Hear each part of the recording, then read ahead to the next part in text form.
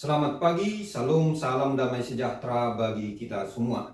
Bapak, Ibu, dan saudara-saudara, kita bersyukur dan berterima kasih. Hari ini kita memasuki hari yang baru, Senin 8 Mei 2023. Tentu kita akan melakukan aktivitas kita. Dan sebelumnya, kita akan mendengarkan firman Tuhan. Untuk itu, marilah kita berdoa. Terima kasih Tuhan atas penyertaan-Mu bagi kami hingga pagi ini. Kami akan mendengarkan firman-Mu. Biarlah Engkau yang menerangi hati dan pikiran kami ya Tuhan, agar kami boleh memahami kehendak-Mu dan kuatkan kami untuk melakukannya di sepanjang hari ini. Di dalam nama Tuhan Yesus Kristus kami berdoa. Amin. Ayat harian kita hari ini, Senin 8 Mei 2023. Diambil dari kitab Yohanes 5 ayat 17. Tetapi ia berkata kepada mereka, Bapakku bekerja sampai sekarang, maka aku pun bekerja juga. Demikian firman Tuhan. Bapak, Ibu, dan saudara-saudara, saya membuat judul dari renungan ini, Kasih yang tidak pernah berhenti.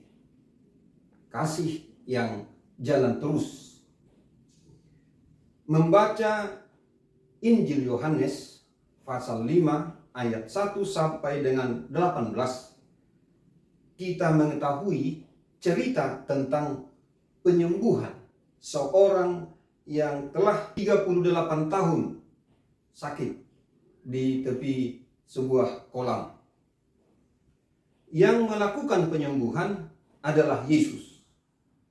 Dan ini terjadi pada hari Sabat.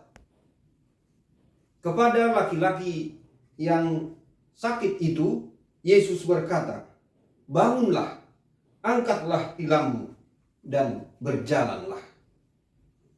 Pada saat itu juga, sembuhlah orang itu. Lalu ia mengangkat atau memikul tilamnya dan berjalan. Saat ia bertemu dengan orang-orang Yahudi, mereka bertanya, mengapa ia berjalan sambil memikul tilamnya? Padahal hari itu adalah hari Sabat. Dan itu dilarang pada hari Sabat. Ia pun menjawab mereka, orang yang telah menyembuhkan aku, dia yang mengatakan kepada aku, angkatlah tilammu dan berjalanlah. Akhirnya orang-orang Yahudi itu tahu bahwa Yesuslah yang menyembuhkannya dan menyuruhnya berjalan mengangkat tilamnya. Ketika mereka bertemu dengan Yesus, mereka berusaha mau menganiaya karena mereka keberatan. Sebab Yesus melakukan pelayanan penyembuhan atau healing ministry pada hari Sabat. Dan orang yang sembuh itu disuruh Yesus berjalan sambil memikul tilamnya. Bapak, Ibu, dan saudara-saudara, firman Tuhan yang menjadi renungan pada hari ini adalah bagian dari respon Yesus terhadap mereka. Yesus mengatakan, Bapakku bekerja sampai sekarang, maka aku pun bekerja juga. Perkataan Yesus ini benar-benar jadi tamparan bagi orang-orang Yahudi. Dengan perkataan ini, Yesus mau mengatakan bahwa Allah tidak berhenti bekerja pada hari Sabat. Dan karena itu, Yesus pun tidak berhenti bekerja. Bapak, Ibu, dan saudara-saudara, apa artinya ini bagi kehidupan kita pada saat ini? Yang pertama, agar kita mengetahui bahwa memang dalam cerita Kejadian tentang penciptaan dikatakan bahwa Allah beristirahat pada hari yang ketujuh. Dan di sini Yesus mau menegaskan bahwa berhenti bekerja pada hari yang ketujuh itu dimaksudkan berhenti bekerja mencipta atau menjadikan. Sementara pekerjaan Allah yang lainnya yang sifatnya jauh lebih tinggi karena berhubungan dengan penghukuman, anugerah, pengasihan, dan kasih setia harus berlangsung terus. dan memang berlangsung terus. Dengan kata lain, pada hari Sabat pun kasih serta anugerah Allah berjalan dan berlangsung terus. Diberikan kepada setiap orang yang padanya Tuhan berkenan.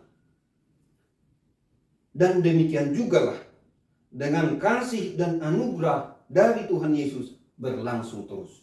Termasuk pada waktu itu kepada seorang yang dia sembuhkan. Yang kedua, Yesus mengajarkan agar kebutuhan manusia itu harus ditolong. Adalah tugas mulia bila seseorang mau melepaskan penderitaan orang lain dengan memberi belas kasihan atau pengampunan atau bantuan lain terhadap orang tersebut. Pekerjaan seperti ini tidak pernah mengalami perhentian atau istirahat.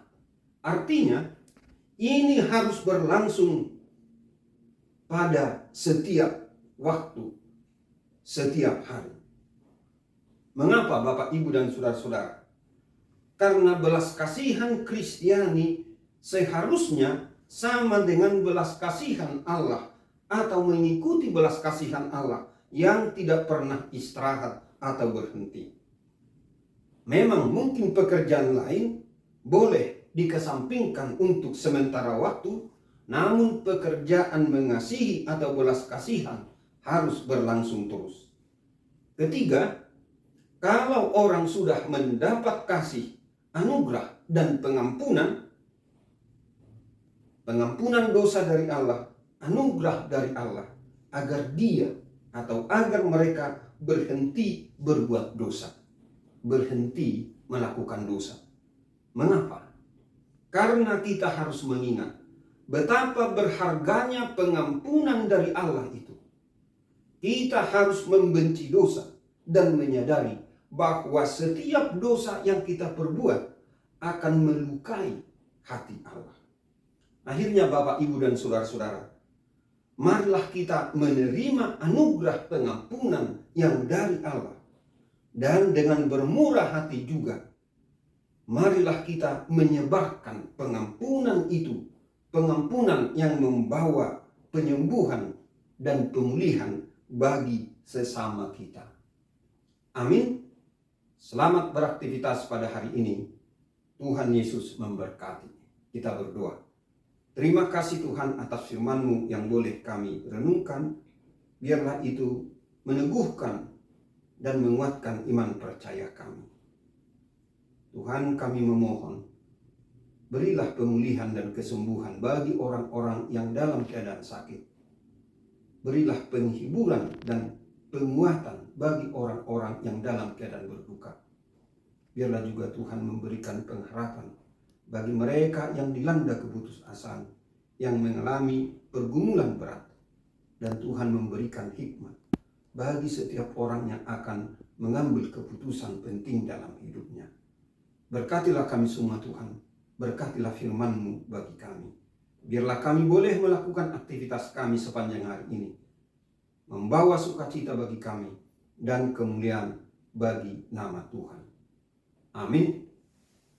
Anugerah Tuhan kita Yesus Kristus dan kasih setia dari Allah Bapa dan persekutuan dengan Roh Kudus kiranya menyertai kita semuanya. Amin.